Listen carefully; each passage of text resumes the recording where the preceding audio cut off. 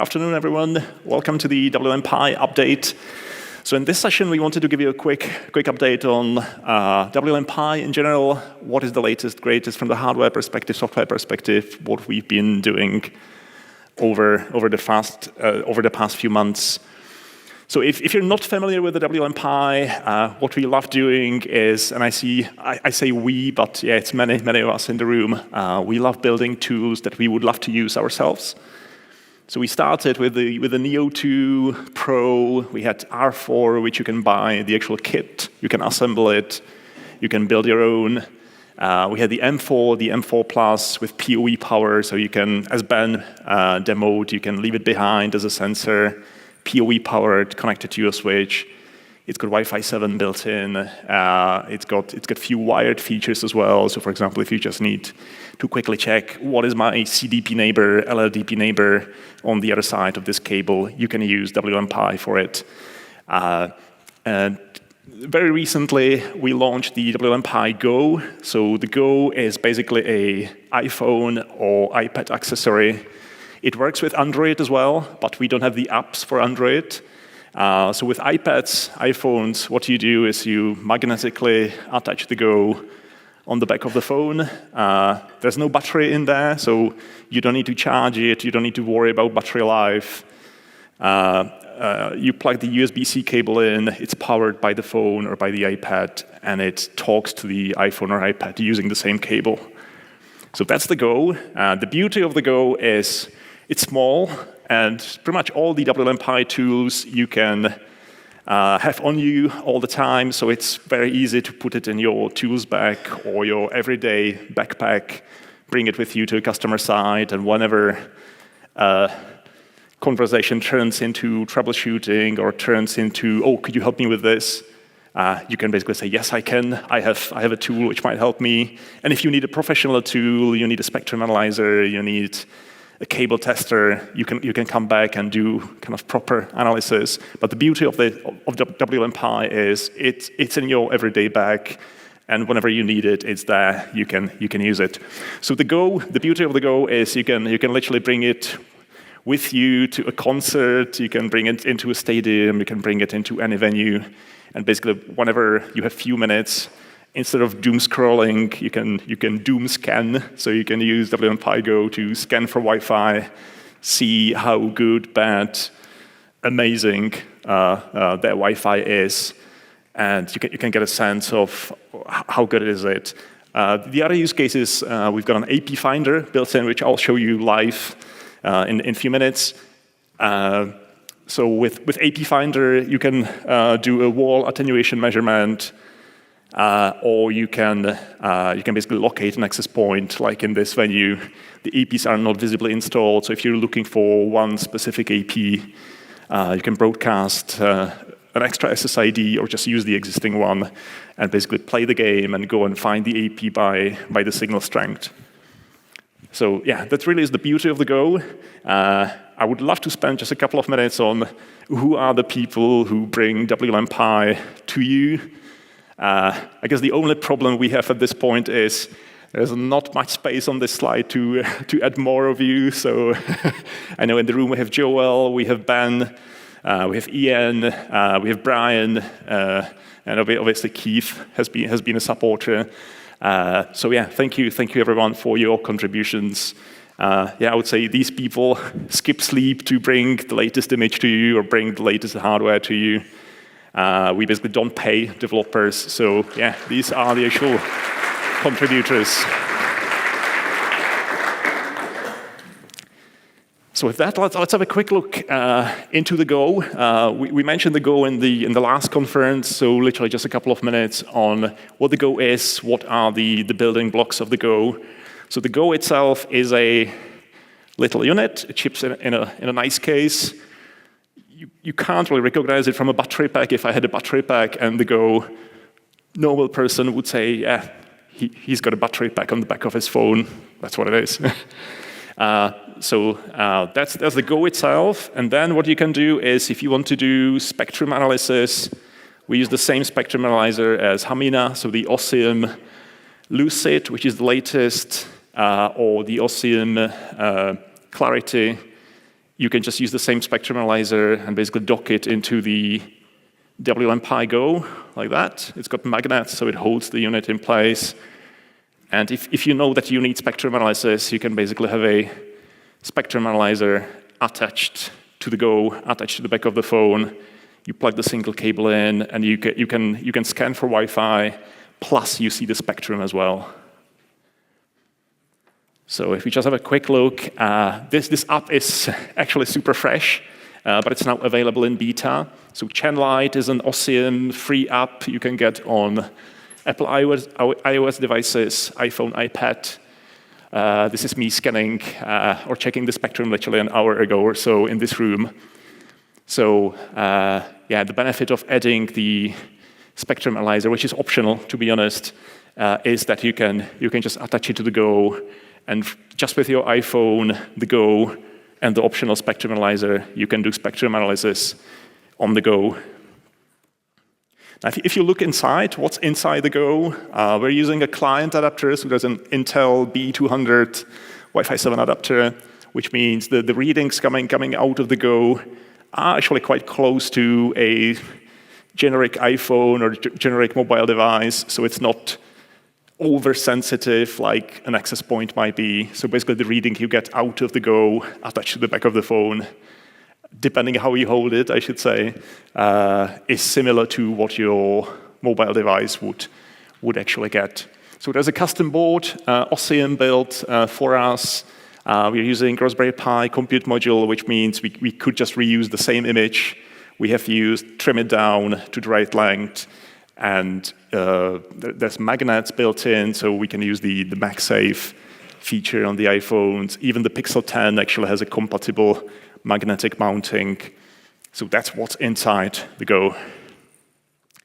Now this is new. So what Nick did, he designed a special 3D printed case for the Go. So this is for those of you, if you know that you don't need the spectrum information, perhaps you carry a full-blown spectrum analyzer on you every day, and you just need a Go for scanning. What you can do is you can order Go Slim.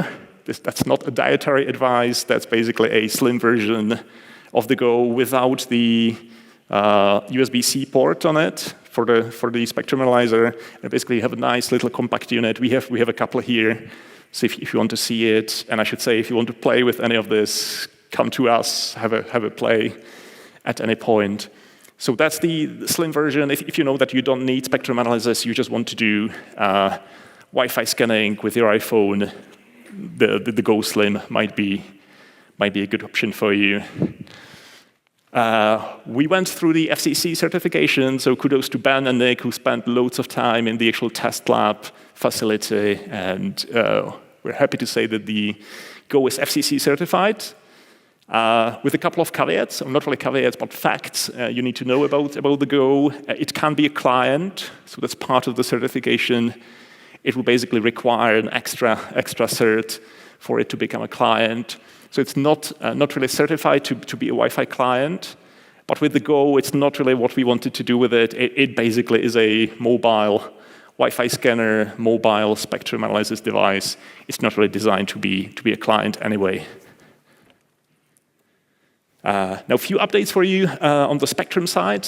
Software side, I should say. So we literally just released a updated version of the Go firmware. So if you already have a Go, and I know a few of you do, you can download the latest version. And actually, you don't need to download it. You can download the mobile app, WLAN Pi app, and you can update using the app. So you don't need to download any images and flash the image. You can just use the WLAN Pi app to do that. Key highlight really is, or key change in the latest firmware is we changed the IP address. We used to use a locally significant 169.254 address, but the thing is those addresses should not be dynamically assigned by the HCP server. They are basically assigned based on the machine's decision. So if this Mac decided I got no IP address from the HCP server, I'm going to just grab one of these addresses and use it on my Wi-Fi interface, that's the right way of doing it. So we are not using that anymore. We tested a 10.x private address, but apparently the address space is not big enough to avoid conflict. So we had a conflict on a live network, which didn't cause any harm, but the outcome was that you couldn't connect to your Go. So we pivoted to RFC 2544 address space, which is pretty much designed for benchmarking and testing purposes, which is exactly what we do with the Go and with the WLAN Pi. So from now on, the Go will have this new IP address, 198.18.42.1. And one more update on the Go. Using the app, we do over-the-air updates, as I mentioned, so you can just use the app without losing your user data. You can just update the image. So that's quite nice touch. Kind of makes your life much easier. Now, those of you who love the M4 Plus and the kind of sensor form factor, or you have an R4 Raspberry Pi 4, we've just released a new beta image. So you can go and download it, test it, and I suspect in a few weeks' time, we'll convert it into a stable image, and it will become the latest recommended one. You've seen Ben's session just before this. So for those of you watching remotely, Ben delivered a great session on the namespaces, which means you can now use the WLAN Pi app to connect any WLAN Pi except for the Go as a client to your Wi-Fi network. And the app we use for that is the WLAN Pi app. And I should say this runs on iOS and Android as well. So if you are an Android user, you have an M4 Plus, you can use the app for that. Now, speaking about apps, the other one is if you just have your phone on you and you happen to have a WLAN Pi Go in your bag, you can actually take 6 gigahertz, 5 gigahertz, 2.4 gigahertz captures on the go. They're not saved on the unit, they're saved on your device, which means you can go and share it wirelessly, email it to anyone, upload it to your iCloud, share it with someone else. So just with this, you can basically take a 6 gig bucket capture, share it with someone, fire up Wireshark later on, and do a proper analysis. So that's the AirTool Pi, available on iOS. And finally, Wi-Fi Explorer Pi, again, available on iOS. The beauty of Wi-Fi Explorer Pi is that if you've ever asked Adrian about Wi-Fi Explorer Pro and when is it coming to iOS and my iPhone and iPad, this is it. So this gives you full-blown pro-level Wi-Fi scanning, which means you can see the AP name, you can see the BSSID, you can see the channel utilization, number of clients, transmit power level, you can see pretty much every single information element using the app. So you don't really need a full-blown scanner if all you want to do is just scanning. So instead of telling you, we'll switch into demos, but just for reference, this is what you can get out of the Go with Wi-Fi Explorer Pi. So I can scan for Wi-Fi, I can see the signal strength, BSSID, channel numbers, and pretty much the basics you would expect. But on top of that, you can even go deeper and say, well, I need to see what amendments does it support.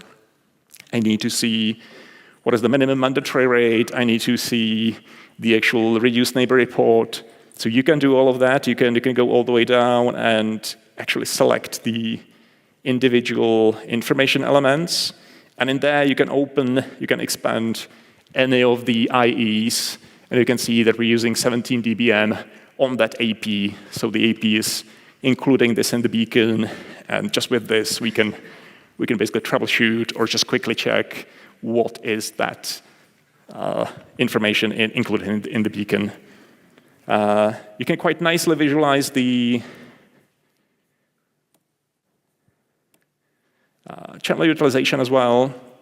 So we can check what is the channel utilization, what is the client count for all of the APs, and then you can drill deeper into individual access points, but you can just super quickly tell what is the utilization, and perhaps it's actually expected because this might be quite dense area with lots of users, lots of people in there, but you have the capability to do that.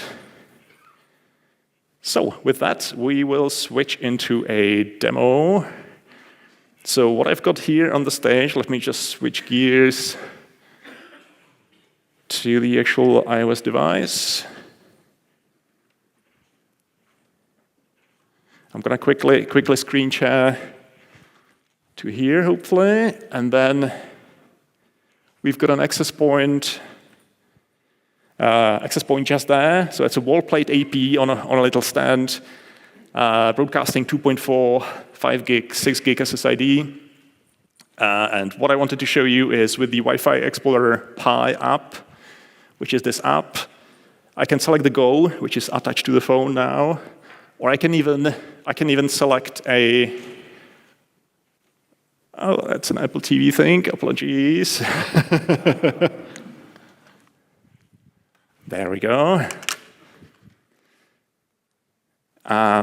It also auto-discovers all the other Pis, so you can see that Ben's M4 Plus is just below the stage here, connected to a switch, and this auto-discovered the Pi just by being on the same subnet. So in this case, I'm going to select the Go, and with the Go, I can do a quick scan. It'll just take a second to get the scan results. What I can do is I can go landscape mode, just a quick check. What are the primary channels? How does my 6 gigahertz actually look like from the RF perspective? Do I expect much CCI, for example? But what I wanted to show you is I've got the AP there, so we will filter for the wall access point. We can do any band relay. Let's do 5 gigahertz. I start the AP finder, and what is this doing is it's locked onto the channel 5 and 6 gigahertz in this case. The EP is using 12 dBm transmit power, and if I walk towards the access point, you will see the RSSI going stronger and stronger and stronger. So you can find the access point if it's a hidden AP, or you need to figure out, oh, am I actually connected to that AP or the other AP? That's how you would do it. And I walk away, and it drops, as you would expect. And now I've got one more AP. So this one is in site survey mode. Let me quickly restart scanning.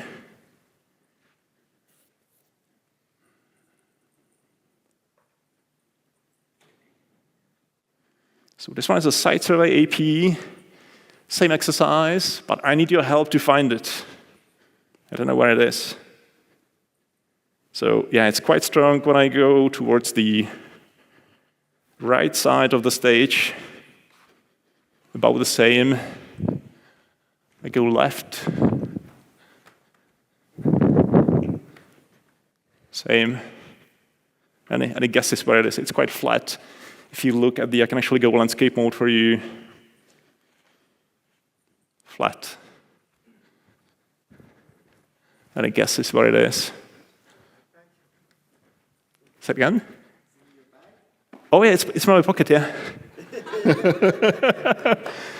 So yeah, you can quite easily find an access point, locate it pretty much anywhere, and just by seeing the RSSI, you can actually tell that I've got an AP in the pocket. So yeah, well done. I guess just a quick information sharing, and I think my time is over. So if I go back to the slides, this is how I've done it. So basically a USB-C battery pack with a cable that triggers 12 volts from the battery pack, and then some APs have 2 volt power input. So that's how we've done it here. And with that, that's us done. If you want to see the Go, if you want to play with the Go, or if you have any other questions, or even if you wanted to contribute, yeah, let us know, find us, and we're happy to help. Thank you so much.